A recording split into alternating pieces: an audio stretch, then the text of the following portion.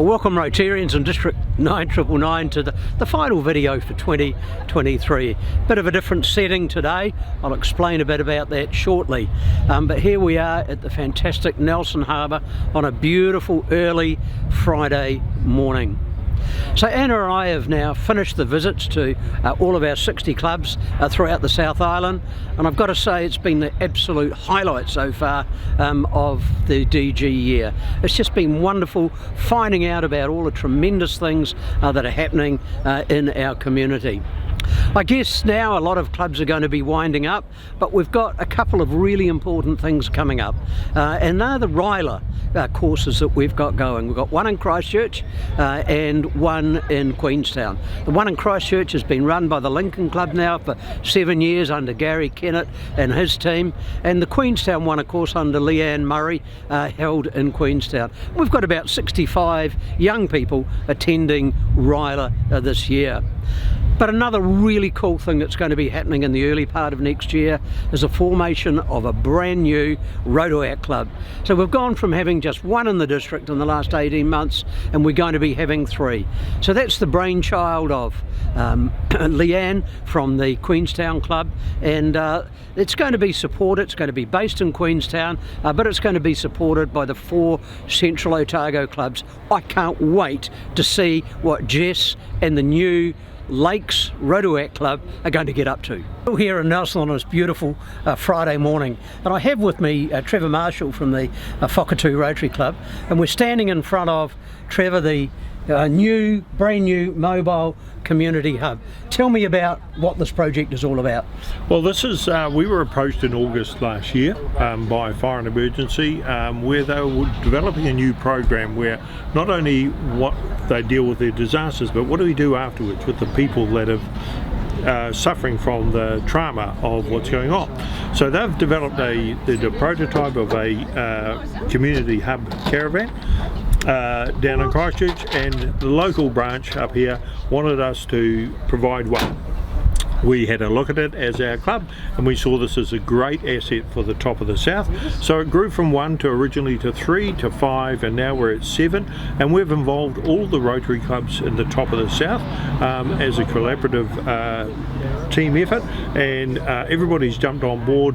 We've got an incredible response from funders like Mainland Foundation and other groups who are just so keen to give us money for this. Mainland actually have paid for this one completely, plus half of another one, so we've got a major donation there. These units are really completely self-sufficient. They have solar power, they have gas, they have calefons, they've got a cooking facility, but they've also got a lounge area where people can be taken in the times of disaster and be counselled and be given help. Gives them some privacy. Units like the council can come down and advise people what's going to happen to their properties, etc., what's going on, for fence and the crews to be able to rest here. It also comes with a giant 3 metre gazebo, so although we're feeding the crew, you've got to give them somewhere to go. So we wanted to have tables and chairs in there, an area where they could rest out of the sun, out of the rain, and some privacy as well. We often see the firemen sitting on the side of the truck exhausted, with really not being looked after in that aspect. This is a solution for fans and also for us as community, because most of them are community volunteers in the fire service, and so we've got to look after those that are looking after us. So Trevor, the idea is that through people like yourself, the Mainland Foundation, we raise the money, and then what happens to the caravans after that? Who looks after them? So one of the big deals we wanted was, we didn't want a project where it went to Rotary and then suddenly within 5 years who's looking after it, what's the maintenance, all that.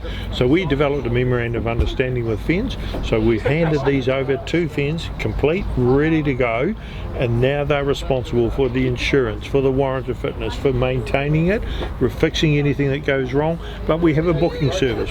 FENS have priority for its use in an emergency, but then outfits like Rotary can book it, and if we've got a community event going on, gives us a base and gives us somewhere good for Rotarians to be able to go and put their gear, have a rest from the activity they're doing, etc.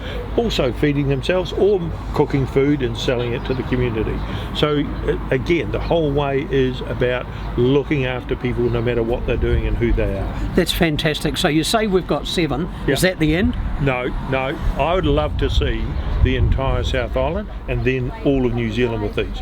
We should have these in every community, particularly vulnerable communities like Kaikoura, like Tākeka, where they could be very isolated very quickly with a road slip or whatever.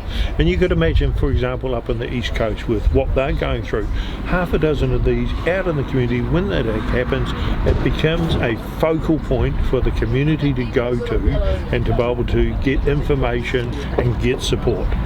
Okay, well that's Trevor Marshall. Trevor is the instigator of this fantastic community hub caravan. So that's all for this year, folks, for District 9999. I just want to wish you a Merry Christmas. It's a busy time with Ryla coming up, I know that, and there's a lot of projects that clubs do over the Christmas period. So I just want to wish you a Merry Christmas and create hope in the world.